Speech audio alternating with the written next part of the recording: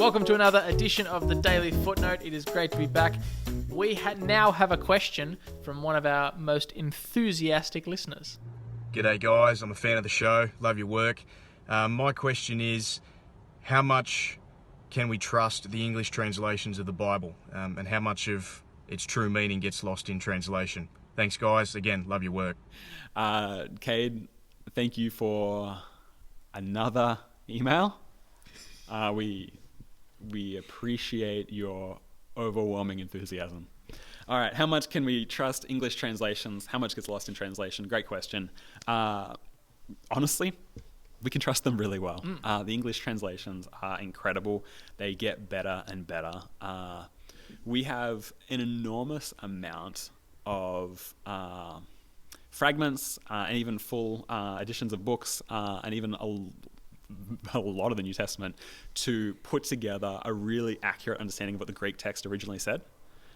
There's a whole science of textual criticism that goes into that. It's fascinating and super encouraging to know how much science and thought people put into making sure we get the most accurate possible understanding of the translations of the Greek. And then that gets translated.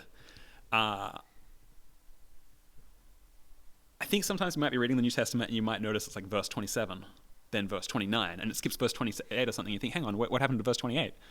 And the reality is, over time, we've gotten better at textual criticism, and we've worked out, we don't think verse 28 was in the original manuscript, and so we've excluded verse 28 now. So our translations that are coming out in English now are so close, I think, to what the original Greek was. Now, there is always a translation gap.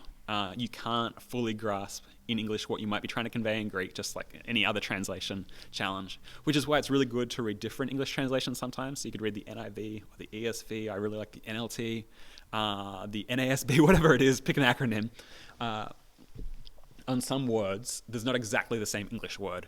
And so they'll choose a different word in English to capture this Greek word or this Hebrew word. And by reading multiple translations, we start to get the breadth of what that word could mean.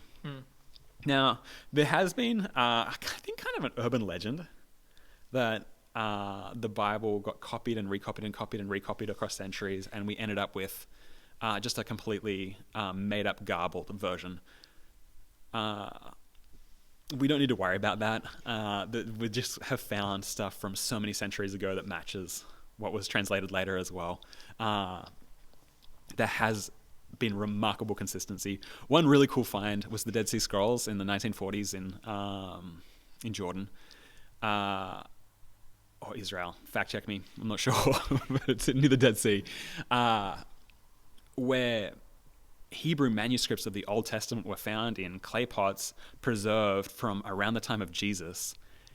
And they remarkably similarly matched the Hebrew that was being translated from the Middle Ages on. You know, like there's this 1,000-year gap, this 1,200-year gap, and yet they were remarkably similar. We have a lot of confidence to think that the Bible has been really faithfully translated or copied and then translated across the centuries.